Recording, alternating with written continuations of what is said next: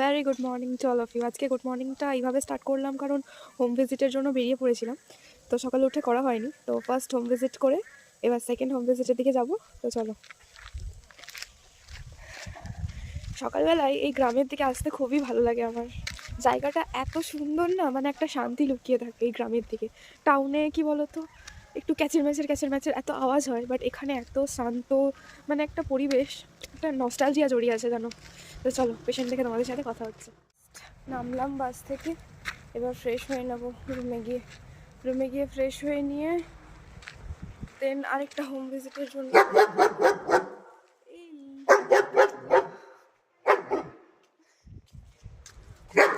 আমাকে দেখলে কেন জানি না, এত চাচাই কেন আমি জানি না। প্রত্যেক দিন আমি এটা দিয়ে পাস করি, তাও আমাকে দেখে চাচাবে।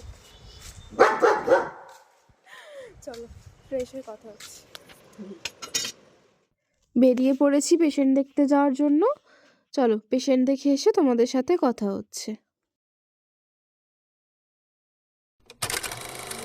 পেশেন্ট দেখে এসে না এতটা টায়ার্ড লাগছিল, ঘুম পাচ্ছিল, মানে প্রচণ্ড ঠান্ডা লেগেছে, জ্বর ভাব লাগছিল।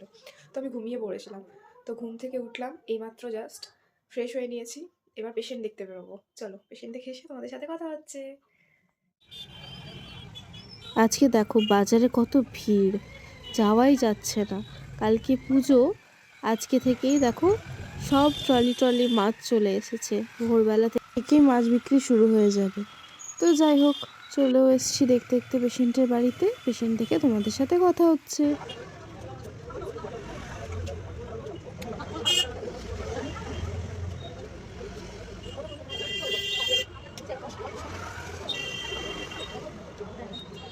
এসছি, ফ্রেশও হয়ে নিয়েছি, ডিনারও কমপ্লিট। প্রচণ্ড পরিমাণে নাক বন্ধ হয়ে গেছে, আমার কথাগুলো শুনেই তোমরা বুঝতে পারছো। তো চলো, ভাবটা নিয়ে নিই, তারপর তোমাদের সাথে কথা হচ্ছে।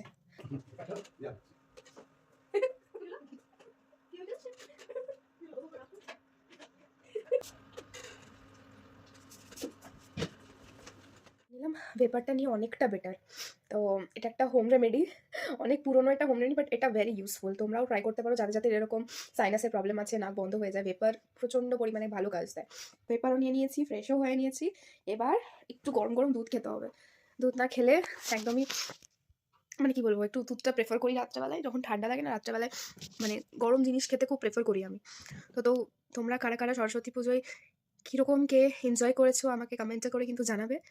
আর কে কটা স্পেশালি মাছ খেলে, ওটাই তো স্পেশাল সরস্বতী পুজো, যে অনেকের বাড়িতে মাছ রান্না হয়, 4 কিলো 5 কিলো মাছ রান্না হয়। তো কে কটা মাছ খেলে আমাকে কিন্তু কমেন্টে করে জানাবে। তো still then, tata, good night, দেখা হচ্ছে কালকে একটা নতুন ব্লগের সাথে।